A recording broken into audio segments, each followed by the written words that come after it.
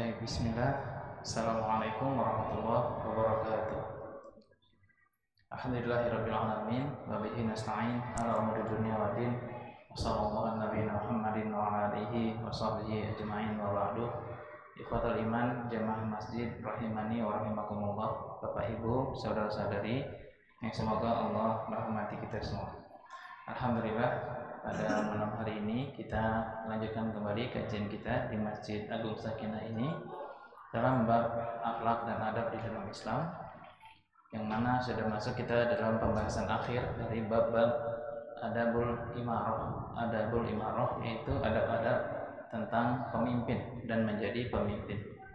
Nah, Bapak Ibu, saudara-saudari rahimani wa rahimakumullah jami'an, yang mana bab ini termasuk bab yang penting untuk kita pelajari, kita ulang-ulang dan senantiasa kita camkan dalam diri kita, karena tidaklah salah seorang dari kita atau salah seorang dari kaum muslimin melainkan dia adalah seorang pemimpin dan sekaligus seorang rakyat atau yang dipimpinnya. Dan hadis ini sebagaimana yang Nabi sabdakan, kullukum ra'in wa kullukum mas'ulun an ra'iyati. Masing-masing kalian adalah pemimpin, kata Nabi, dan masing-masing pemimpin akan dimintai pertanggungjawaban terhadap rakyat yang dipimpinnya atau apa yang dipimpinnya.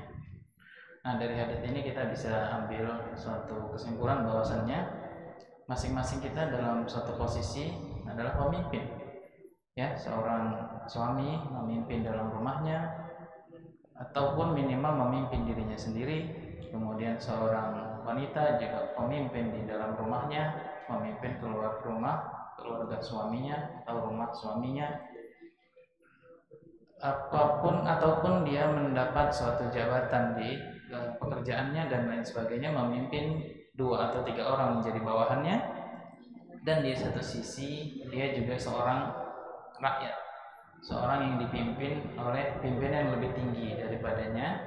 Yang kita contohkan dari kita, yaitu seorang rakyat dari pimpinan yang lebih tinggi, yaitu pimpinan negara, pimpinan wilayah, pimpinan daerah, presiden, gubernur, camat, lurah, dan lain sebagainya. Nah, karena itu penting bagi kita sebagai pemimpin dan orang yang dipimpin untuk mengetahui atau mempelajari, membaca tentang adab-adab yang berkaitan dengan pemimpin dan memimpin, ya.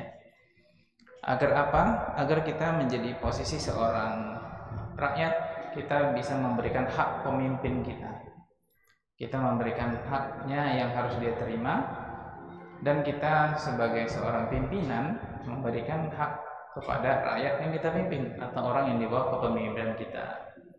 Dan sekali lagi, semua ini kita lakukan bukan untuk mengharapkan balasan dari siapapun, atau jika kita seorang rakyat, kita tidak mengharapkan balasan dari pimpinan yang kita mentaatinya, berbayat kepadanya, ataupun kita sebagai pimpinan tidak meminta balasan kepada rakyat atau orang yang kita pimpin. Tidak, ya, semata-mata yang kita kerjakan mendapatkan atau kita harapkan darinya balasan dari Allah Azza wa Jalla. Ya, demikianlah semua hal sebenarnya, ya, yang mana sebagian orang gagal paham dalam masalah ini, sehingga terkadang seorang menuntut berlebihan kepada manusia atau kecewa berlebihan kepada manusia. Seorang suami yang mungkin kecewa dengan istri dan anaknya, atau orang yang dia pernah berbuat baik kepadanya, karena dia menyangka balasan itu dari manusia atau balas budi istilahnya. Ya, tidak, ya. Balasan itu dari sisi Allah Azza wa Jalla, karena Allah yang suruh, maka Allah akan memberi balasannya. Demikian pula seorang istri, ya. Saudara-saudari, Bapak Ibu sekalian, istri itu melaksanakan hak-haknya sebagai seorang istri di rumah suaminya, mentaati suaminya, mengurusi anaknya, rumahnya. Tidaklah balasan itu dia harapkan dari suami dan anak-anak yang dia urusi, tidak. Tapi balasan itu semata-mata dari Allah Azza wa Jalla, karena Allah yang menyuruh dia mentaati suaminya, dia diam di rumahnya, dia mengurusi anak-anak dan mengasihi sayangi mereka dan memperhatikan mereka. Nah, demikianlah ikhwatul iman rahimani rahimakumullah jami'an. Jadi beberapa adab yang akan kita bacakan berikut ini ya, lanjutan dari adab-adab sebelumnya, yang mana apabila seorang pemimpin melaksanakan apa yang Allah tunjuki untuk dia laksanakan, maka niscaya Allah akan membalasnya dengan surganya. Maka Allah akan balas dengan kebaikan-kebaikan untuk dirinya, baik di kehidupan dunia ataupun di kehidupan akhirat, sebagaimana yang kita sudah bacakan suatu hadis ya, salah satu orang yang akan mendapat naungan di hari kiamat nanti al-imamu al-adilu, seorang pemimpin yang baik agamanya dan dia adil dalam kepemimpinannya atau baik dalam kepemimpinannya. Dan kebalikannya ikhwatul iman rahimani rahimakumullah jami'an, orang yang mendapat ancaman di hari kiamat juga salah satunya adalah pemimpin yang tidak adil dalam kepemimpinannya, tidak memperhatikan urusan rakyat-rakyatnya. Nah, karena itu penting bagi seorang pemimpin ya, pimpinan, dan kita semua adalah pemimpin dan sekaligus rakyat sebagaimana kita sebutkan tadi, untuk senantiasa menanamkan dalam diri kita sikap muraqabah. Apa itu muraqabah? Yaitu kita merasa dalam pengawasan Allah, sehingga kepemimpinan kita sebagai seorang pimpinan, baik pimpinan di lembaga, kantor, pekerjaan, ataupun di rumah kita sebagai pimpinan rumah tangga, itu kita lakukan semata-mata karena Allah yang memerintahkan kita untuk berlaku baik dan adil dan memperhatikan maslahat-maslahat orang yang kita pimpin. Baik, kemudian kita masuk ke buku ya, ada beberapa hadis yang kita bacakan. Insya Allah kita akan lanjutkan dalam pertemuan ini sekaligus penjelasan para ulama tentang hadis-hadis yang kita bawakan. Hadis berikutnya yang dibawakan Syekh di sini yaitu hadis yang berisi anjuran atau perintah untuk tidak menutup diri dari memenuhi hajat atau kebutuhan orang-orang yang dipimpin. Yaitu hendaklah seorang pimpinan tidak menutup diri, tidak mengeksklusifkan diri dari rakyatnya. Ya, ini suatu yang harusnya tidak terdapat pada seorang pemimpin ya, yang mana dia nggak mau berjumpa dengan rakyatnya atau tidak mau menerima aspirasi rakyatnya. Baik, kita baca hadisnya. Hadis dari riwayat Imam Ahmad dan Imam Tirmidzi dari sahabat dan disahihkan dalam kitab Sahihul Jami' Syekh Al-Albani rahimahullah, bahwasanya Rasulullah SAW pernah bersabda, "Ma min imamin awalin yuliku ba'dahu duna dzawil hajah aw khallah aw maskana illa aghlaqallahu azza wa jalla abwaabas samai duna khallatihi wa hajatihi wa maskanatihi." Apa artinya? Tidaklah seorang imam atau seorang pemimpin dan tidak pula seorang wali atau seorang berkuasa menutup pintunya dari kebutuhan orang-orang, dari kebutuhan, keperluan dan hajat orang-orang yang membutuhkan di bawah kepemimpinannya, melainkan Allah akan menutup baginya pintu-pintu langit untuk kebutuhannya, keperluannya dan hajat dirinya. Saya ulangi, tidaklah seorang imam atau seorang pemimpin atau penguasa menutup pintunya dari kebutuhan, keperluan dan hajat orang-orang yang berada di bawah kepemimpinannya, kecuali Allah akan menutup baginya pintu-pintu langit untuk hajat, kebutuhan dan keperluannya. Nah, di ikhwatul iman rahimani rahimakumullah jami'an, hadis ini menunjukkan kepada kita tentang suatu prinsip ya dalam Islam yang sangat mendasar dalam agama kita, yaitu apa? Yaitu al-jaza min jinsil amal. Balasan itu sesuai dengan perbuatan ya. Tidaklah Allah membalas sesuatu itu melainkan dengan hikmah dan keadilannya, yaitu sesuai dengan apa yang kita kerjakan. Hal jazaul ihsan ilal ihsan, kata Allah dalam surat Ar-Rahman. Apakah ada balasan baik untuk perbuatan baik kecuali kebaikan pula? Kan gitu ya. Artinya apa? Perbuatan baik pastilah balasannya baik. Nah, kebalikannya perbuatan buruk maka balasannya juga buruk. Nah, demikianlah jika ada seorang pimpinan yang dia tidak mau memperhatikan atau menutup pintu dari membantu orang-orang yang berada di bawah kepemimpinannya, ya, dari apa-apa yang mereka butuhkan, maka niscaya dia akan mendapatkan balasan yang sama, yaitu Allah akan menutup juga pintu untuk kebutuhannya dan keperluannya. Para ulama mensyarah hadis ini ya, bahwasannya hadis ini di sini ada hadis panjangnya, bahwasannya ini pernah terjadi pada masa Muawiyah ketika itu, Muawiyah bin Abi Sufyan ketika dia menjabat sebagai khalifah, yaitu yang ketika itu datang seorang sahabat Nabi menyampaikan hadis ini kepada dirinya, dan kontan saja pada saat itu Muawiyah bin Abi Sufyan mengangkat orang tersebut, ya, sahabat tersebut menjadi seorang yang atau seorang menteri atau seorang pembantu khalifah yang memperhatikan kebutuhan hajat orang banyak. Kalau misalnya kita sekarang bagian humas lah gitu ya, bagian umum, yang dimana dia menampung semua kebutuhan-kebutuhan, pengaduan-pengaduan atau hajat-hajat orang banyak.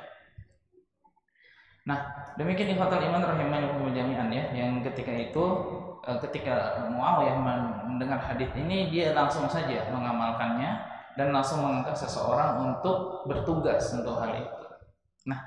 Nah ini suatu ya, contoh bagi kita ya, suatu sikap insaf dari sahabat yang mendapatkan kebenaran dan dia khawatir ini menimpa dirinya, maka dia pun segera saja melaksanakannya dengan menunjuk petugas khusus di bawah kekhalifannya atau kepemimpinannya untuk mengurusi kebutuhan-kebutuhan atau menampung aspirasi masyarakat. Dan sebenarnya semua itu suatu sistem negara ada itu ya, kecuali memang suatu pimpinan yang diktator kita katakan ya, yang sama sekali dia tidak menerima masukan dari rakyatnya. Jadi di dalam Islam ada ya istilah menampung aspirasi rakyat, ada. Jadi pimpinan itu tidak semena-mena dia menutup diri dan dia hanya memutuskan dari satu arah, tetapi dia juga buka pintu agar orang-orang mengadukan kebutuhan hajat mereka atau kefakiran atau kemiskinan mereka dan lain-lain kepada pimpinan, dan pimpinan akan melihat mana yang maslahat untuk kemudian dia kerjakan dan mana yang ditunda dan sebagainya. Wallahu a'lam. Nah, demikian ikhwatal iman rahimani rahimakumullah jami'an. Itu hadis kita yang pertama. Kemudian hadis yang kedua ya, di sini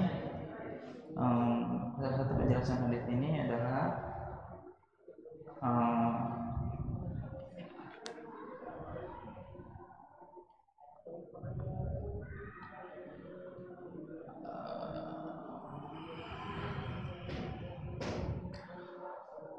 salah satu faedah dari hadis ini bisa kita petik adalah Rasulullah SAW menekankan ya anjuran untuk menunaikan hajat-hajat atau kebutuhan orang-orang yang membutuhkan, ya.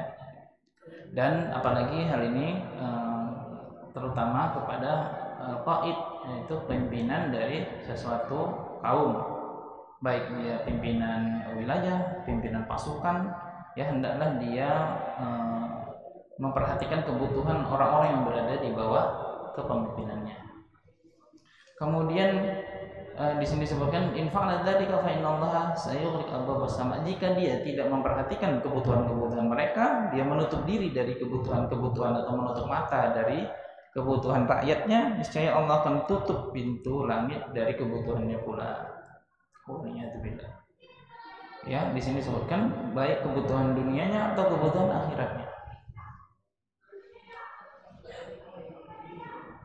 Dan hadis ini terakhir, hadis ini faedah dari hadis ini itu juga menunjukkan betapa pentingnya ya untuk kita senantiasa sebagai pimpinan untuk senantiasa memperhatikan dan senantiasa menyelesaikan masalah-masalah di bawah atau di rakyat kita yang sebenarnya mereka tidak punya orang yang bisa menyelesaikan masalah selain pimpinannya, kan gitu. Jadi ada suatu masalah yang kadang-kadang tidak bisa diputuskan melainkan dengan keputusan pemimpin. Nah, jadi ketika itu pemimpinnya tidak membuka diri atau tidak mau ngurusin rakyatnya, maka rakyat akan terus berada di dalam pertikaian, perpecahan, karena tidak ada ketok palu dari pemerintahnya. Jadi betapa pentingnya peran pemimpin atau pemerintah ketika terjadi perselisihan di tengah masyarakat, sehingga tidak benar jika dia menutup pintu sehingga masyarakat tidak bisa mendapatkan putusan dan mereka terus di dalam pertikaian. Nah, demikian ikhwatul iman rahimanillah jami'an. Baik, kita lanjut kepada hadis berikutnya.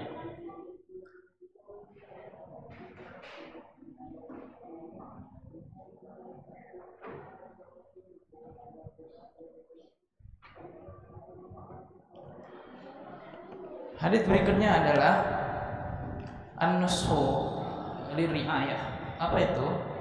Yaitu hendaklah seorang pemimpin itu senantiasa memperhatikan kebaikan atau menginginkan kebaikan untuk rakyatnya. Seorang pemimpin hendaklah memperhatikan kebaikan untuk rakyatnya. Istilahnya an-nushu. Sebanyakan orang mengartikan an-nushu ini nasihat ya, karena diserap dalam bahasa Indonesia an-nushu ini nasihat. Tetapi nasihat di dalam lingkup ini bermakna lebih luas. Artinya tulus dalam memberikan yang terbaik untuk orang-orang yang kita harus memberikan hak-hak kepada mereka. Nanti insya Allah kita jelaskan dengan hadis yang ketiga. Hadis pertama dalam bab ini, Rasulullah SAW bersabda, "Ma min amirin yali amral muslimina thumma la yajhadu lahum wa yansahu illa lam yadkhul ma'ahumul jannah." Tidak adalah seorang pemimpin yang dia mengepalai atau mengurusi suatu urusan kaum muslimin, kemudian dia tidak bersungguh-sungguh dan tidak tulus dalam mengerjakan tugasnya tersebut, illa lam yadkhul ma'ahumul jannah, kecuali dia tidak akan masuk surga bersama mereka. Dia tidak akan masuk surga bersama mereka atau bersama rakyatnya. Kemudian hadis kedua masih bermakna yang sama. Hadis yang pertama dari riwayat Muslim. Hadis kedua dari riwayat Bukhari. Rasulullah SAW bersabda, "Ma min 'abdin yastar'ihi Allahu ra'iyatan yamutu yauma yamutu wa huwa ghashun li ra'iyatihi illa harramallahu 'alaihi al-jannah."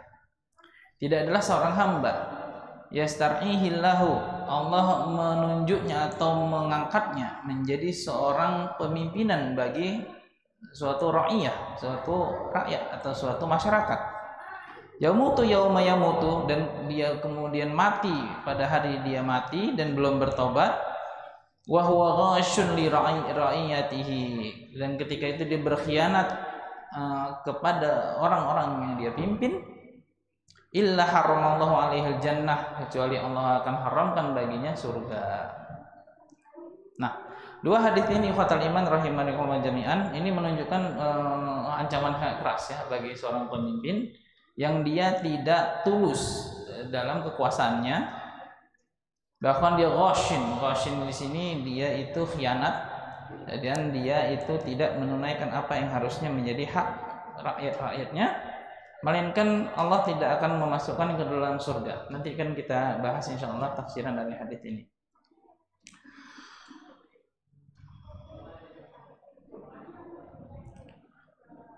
Baik, ikhwatul iman rahimanillah jami'an ya. Memimpin atau menjadi seorang pelayan masyarakat itu bukan untuk agar kita bersikap sombong atau meninggikan diri kepada masyarakat yang kita pimpin. Akan tetapi sejatinya kita adalah seorang pelayan publik, yang mana kita bertanggung jawab kepada Allah untuk melayani orang-orang yang di bawah kepemimpinan kita. Ya, tawalla amrin nasi, memegang kekuasaan atas manusia. Ta'amuru alaihim bi taklifi wal qiyami bi masalihihim, dan kita Allah berikan kekuasaan untuk mengurusi maslahat-maslahat orang banyak. Ini adalah sesuatu yang diatur dalam syariat kita yang suci. Imarah, kepemimpinan itu bukanlah untuk tarafuan, untuk kita bersombong-sombong diri, watajaburon, untuk kita menjadi seorang diktator kepada manusia yang kita pimpin.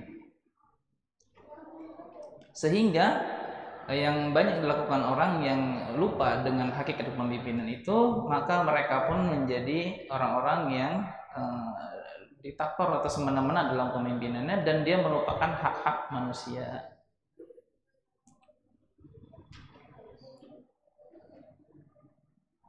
Fahaulai satakunu imaratu alaihim wabalan.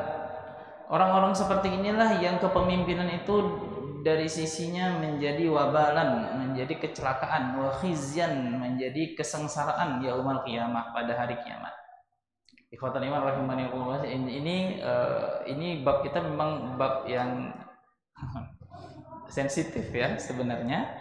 Tetapi hendaknya kita tidak menunjuk orang lain dalam membaca hadis-hadis seperti ini, tapi tunjuklah diri kita sendiri. Jangan-jangan kita juga termasuk orang yang ada di dalam ancaman ini.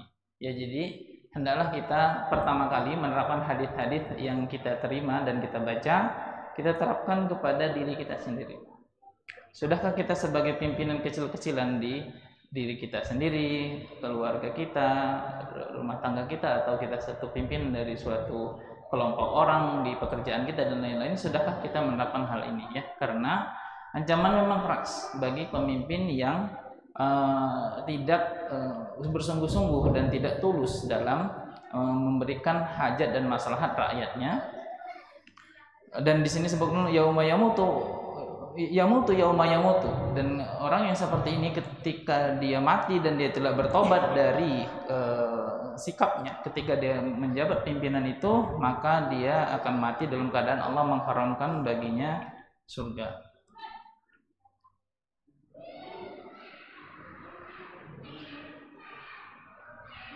Fa'qubatuhu indallahi syadidah. Orang seperti ini maka hukumannya di sisi Allah sangat pedih, yaitu dia tidak akan mencium aroma surga, kata Syekh di sini, meskipun aroma surga itu dalam sebuah hadis disebutkan dapat tercium sejauh 70 tahun perjalanan, sebagaimana riwayat dari hadis Ahmad.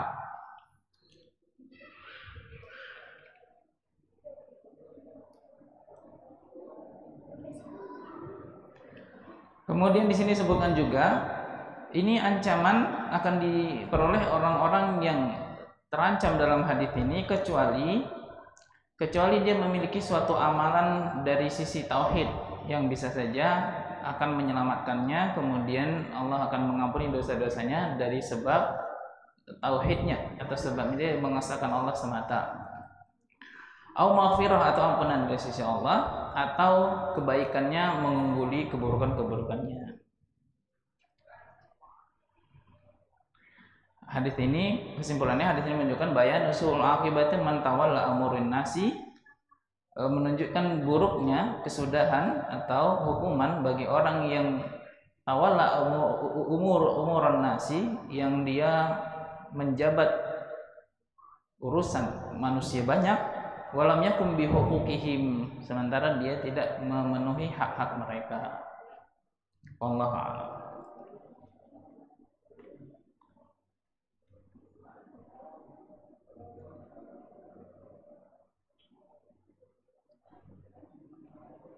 Baik.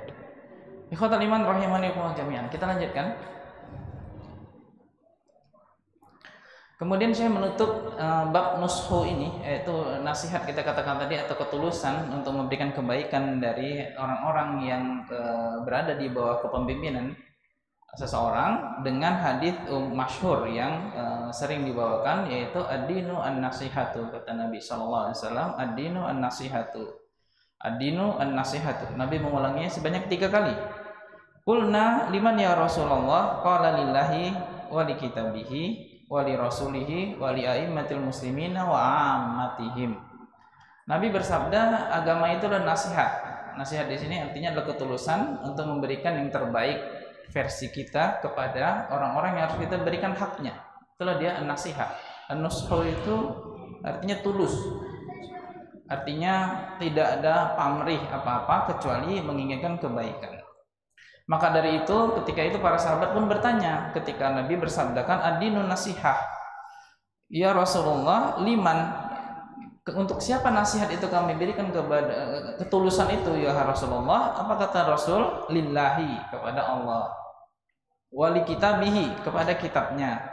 Wali rasulihi, kepada rasulnya. Wali a'immatil muslimina, kepada para pemimpin-pemimpin kaum muslimin. Wa ammatihim, dan kepada masyarakat umum mereka.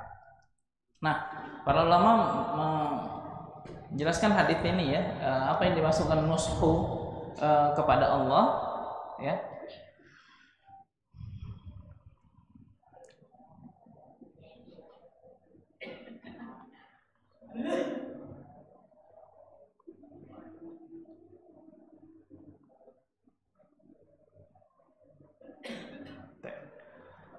Yang dimaksud dengan ketulusan kepada Allah al-ikhlas lahu fil amal, yaitu mengikhlaskan seluruh amalan hanya untuk Allah saja, misalnya amal ibadah.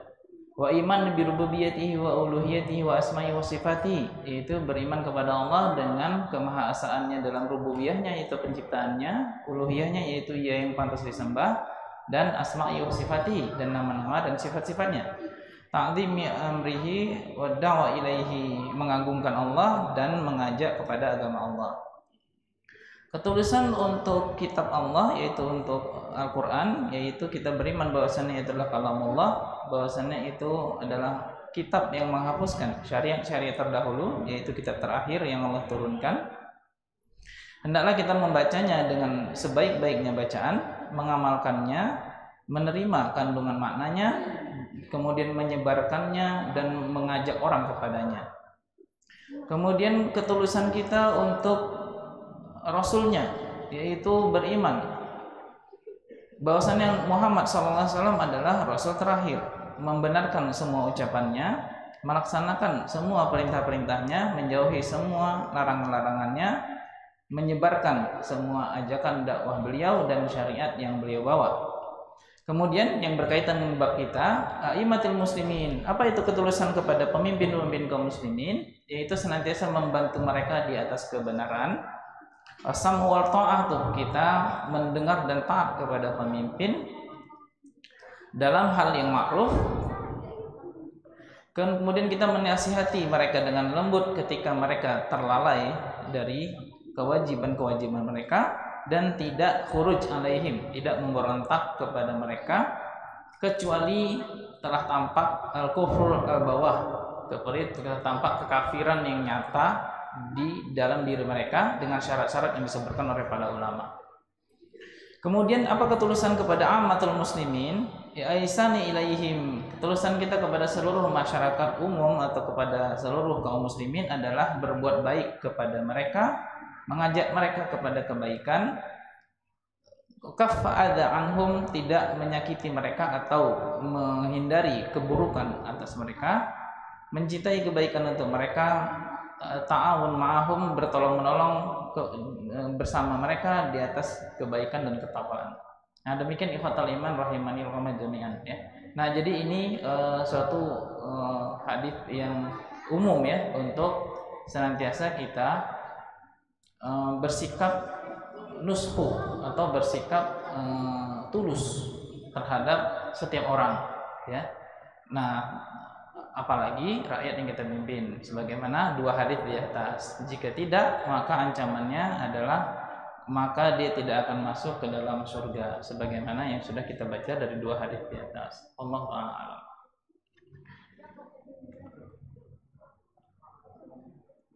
Kita punya 10 menit lagi, kita lanjutkan. Ikhwatul iman rahimani wa jami'an. Kemudian saya di sini melanjutkan kepada satu bab yang sangat penting, yang juga termasuk adab menjadi seorang pimpinan, adalah tidak menerima hadiah dari bawahan dan rakyat yang dipimpin. Tidak menerima hadiah dari bawahan atau rakyat yang dipimpin. Jika dia seorang adalah petugas publik, ya, pelayan publik, maka tidak sepantasnya dia menerima hadiah dari publik yang harus dia layani. Nah, demikian Rasulullah SAW bersabda dalam sebuah hadis, Al-hadiyatu ilal imami ghululun. Al-hadiyatu ilal imami ghululun. Hadiah yang diberikan seorang kepada pemimpinnya adalah ghulul, atau rampasan atau harta pengkhianatan. Kemudian hadis kedua dalam hal ini, hadayal umal ghululun. Kata Nabi, hadiah yang diterima seorang pegawai pelayan publik adalah ghulul. Ada juga harta ghulul, harta pengkhianatan.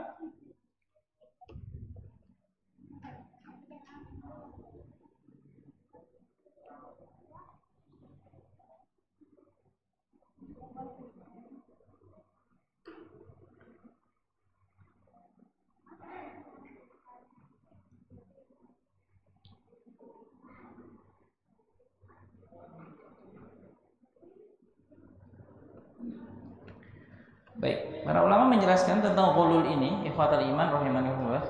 Ta'riful ghulul. Apa itu ghulul? Ghulul huwa akhdhu malal muslimin bi ghairi haq. Ghulul itu adalah mengambil harta kaum muslimin dengan jalan yang tidak dibenarkan. Wa huwa min kabair, dan ghulul ini termasuk salah satu dosa besar. Kenapa diharamkan seorang pemimpin menerima hadiah dari bawahannya? Seorang guru terima hadiah dari muridnya, seorang karyawan terima hadiah dari orang yang harusnya dia layani, dia pelayan publik, dia terima amplop atau dia terima apa ya bahasanya, sogokan atau pelicin dari orang-orang yang harusnya dia melayani mereka. Lianna tuqaddim bisababi mansab, karena bisa jadi orang yang memberi lebih kepada dirinya itu didahulukan olehnya daripada orang lain. Ada kecenderungan hati kepada orang yang memberi lebih kepada dirinya atau lebih diutamakannya dari yang lain, dan hal itu bisa menyebabkan kezaliman kepada hak yang lain. Misalnya didahulukan dalam antrian, itu aja yang paling kecil ya. Dalam yang paling kecil aja, kalau yang sering memberi atau sudah ada hati, maka yang antrian di belakang bisa dimajukan. Apalagi sampai antrian saja sebenarnya sudah zalim kan gitu ya.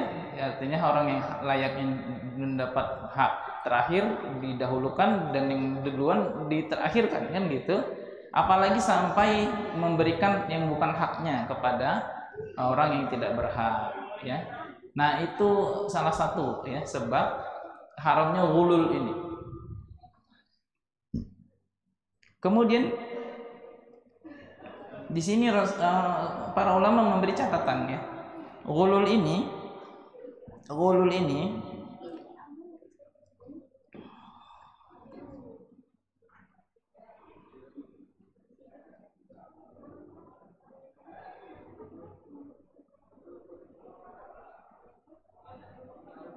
hanya bisa dihalalkan apabila pimpinan yang lebih tinggi yang membolehkannya, sebagaimana pernah terjadi pada masa Rasulullah SAW mengutus Mu'adz ke Yaman, yang mana pada saat itu Rasulullah pernah membolehkan Mu'adz menerima hadiah dari mereka.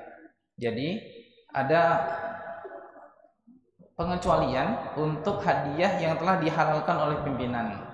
Jadi kapan seorang karyawan itu boleh menerima hadiah dari orang yang menjadi rakyatnya atau orang yang dia layani, ketika hadiah itu dilaporkan kepada pimpinan dan pimpinan menghalalkannya. Wallahu a'lam. Nah, hadis ini sangat banyak yang berkaitan dengan hadis ini ya. Kita bacakan sedikit, mudah-mudahan waktu ini sempat. Bahwasannya hal ini juga pernah terjadi pada masa Nabi SAW, yang terjadi pada seorang pengutip zakat Nabi SAW, yang mana pada saat dia mengutip zakat dan dia kembali kepada Nabi untuk memberikan hasil kutipan zakatnya itu ke Baitul Mal, kemudian dia katakan, ini zakat yang aku kutip untuk Baitul Mal dan ini hadiah untukku, katanya ya. Pada suatu ketika ada yang seperti itu yang Nabi suruh untuk mengutip zakat kaum muslimin. Maka ketika itu Nabi marah sallallahu alaihi wasallam, dan ketika itu Nabi naik ke atas mimbar dan beliau berkhutbah ke hadapan orang banyak untuk mengatakan sesuatu yang sangat penting diketahui orang banyak, padahal ini kesalahan satu orang. Apa kata Nabi? Amma ba'du fama balal amil nasta'miluhu fayatina fayaqulu hadza min amalikum wa hadza uhdiyali afala qa'ada fi baiti abihi wa ummihi fayanzur hal yuhda ilaihi amla. Amma ba'du, kata Nabi setelah Nabi memuji Allah dan menyanjungnya. Apa kata Nabi? Kenapa ada orang yang kita amil, kita suruh bekerja, kemudian kita memerintahkannya untuk mengutip zakat, kemudian dia datang kepada kami lalu dia mengatakan hadza min amalikum, ini hasil dari kutipanku untuk kalian dan ini dihadiahkan kepadaku, kata Nabi. Afala qa'ada fi baitihi, tidakkah jika dia duduk di rumahnya saja atau di rumah bapaknya atau di rumah ibunya, lalu dia lihat apakah dia dapat hadiah itu atau tidak. Nah, demikian ikhwatul iman rahimahullah. Jadi bab ini patokannya adalah apabila seseorang itu mendapat hadiah karena suatu jabatannya dan dia tidak akan dapat itu jika dia tidak menjabat itu, maka itulah dia ghulul disebutkan, ya. Jika dia memang mendapatkannya karena dia memang tetanggaan dengan orang itu atau kerabatan dengan orang itu atau ada persahabatan lama di antara mereka, maka itu tidak termasuk ghulul. Jadi ghulul itu adalah sesuatu yang didapatkan seseorang karena jabatannya di posisi tersebut, yang mana jika sebagaimana Nabi sabdakan, jika dia duduk saja di rumahnya, artinya dia nggak jabat itu, artinya dia nggak jadi seorang pejabat itu, nggak jadi kepsek atau nggak jadi mudir atau nggak jadi direktur itu, dia nggak dapat itu, kan gitu ya, maka itulah ulul, ya. Artinya dia dapatkan itu karena jabatannya, karena posisinya, bukan karena hal yang lain. Nah, demikian faktor yang menjadikan harta itu halal atau haram, ya. Jika itu memang dia terima karena sesuatu sebab yang lain bukan karena sebab jabatannya, maka itu sesuatu yang halal dia terima.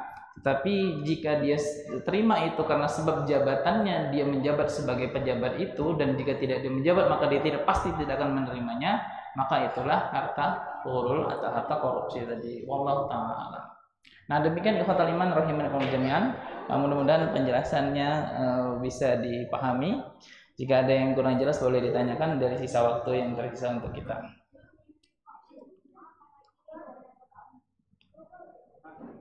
Ya. Kaitan dengan guru tadi, ya. Umpamanya saya, ya. anak saya sekolah di tempat kan. Ya. Saya ini hanya memberikan sebatas kue kepada gurunya. Katakanlah kue yang pas, bukan amplop lah, bukan duit dan sebagainya. Iya. Memang niatnya tulus bukan terima kasih aja sebagai bertanda. Iya. Kita kelulusan Allah. Iya. Itu apakah masuk dalam kriteria kelulusan? Masuk. Tetap masuk. Masuk. Jadi nggak ngelihat jumlah atau bentuk. Iya. Tetap kena diharam tadi. Tetap benar, tidak memberi apapun kepada pihak sekolah yang berkenaan dengan langsung kepada misalnya tadi ya, guru, berarti guru, wali kelas, karyawan TU, admin atau kepala sekolahnya. Nah, itu. Atau bahkan sebagian sekolah pada satpam dan kebersihannya pun nggak boleh juga diberikan. Soalnya nanti dia akan menspesialkan anak itu dari anak yang lainnya, gitu. Jadi memang tidak boleh memberi apapun kecuali hadiah itu dihalalkan oleh pimpinannya. Artinya apa? Artinya setelah diberi hadiah harusnya nggak diterima sih. Tapi kalau misalnya dia terima juga, dia harus hadiah itu kasihkan ke pemimpinnya. Terserah pemimpinnya mau ngasih balik ke dia atau dikasihkan ke orang lain. Kalau sayanya lapor ke kepseknya, berarti ngasihkannya ke kepseknya untuk dibagi-bagikan ke guru-guru gitu. Nah gitu. Nah itu baru benar, itu baru dibolehkan.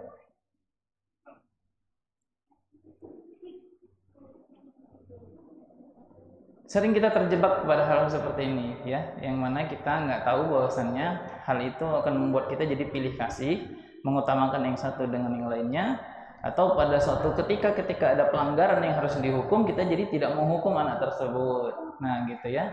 Nah, ini terjadi juga pada karyawan-karyawan ya. Nanti insya Allah pada pertemuan berikutnya kita akan sebutkan suatu hadis yang mana tidaklah seorang pemimpin melainkan akan didatangi seorang yang menasihati dengan baik dan seorang yang menjilatnya. Jadi pemimpin itu pasti akan didatangi seorang penjilat, pasti. Yang ada hadisnya. Ada hadis sahih riwayat Bukhari hadisnya. Seorang pemimpin pasti akan didatangi seorang penjilat. Oh, ngeri ya hadisnya ya. Makanya jadi pemimpin itu berat ya. Bahkan runtuhnya khalifah Islam itu karena khalifah didatangi oleh penjilat-penjilat dari kalangan Syiah ketika itu yang kemudian meruntuhkan pertahanan khalifah kaum muslimin ketika itu, yang mana hal-hal seperti ini, gulul ini atau penjilat ini akan melemahkan kepemimpinan seseorang, yang mana dia tidak bisa beramar ma'ruf nahi mungkar atau tidak punya kekuatan atau tidak enakan dengan orang yang pernah dia terima hadiahnya. Nah, gitu ya. Jadi ini salah satu hal-hal yang akan melemahkan suatu kepemimpinan atau akan bersifat tidak adil kepada suatu masalah atau rakyat yang dipimpin. Wallahu a'lam bishawab ya. Mudah-mudahan ini ada manfaat bagi kita semua. Kita lanjutkan nanti bab-bab berikutnya. Harusnya kita sudah habis, tapi ada satu yang penting nanti insyaallah kita lanjutkan. Aku qouli hadza astaghfirullah li wa lakum wa lisa'il muslimin. Innahu huwal ghafurur rahim. Assalamualaikum warahmatullahi wabarakatuh.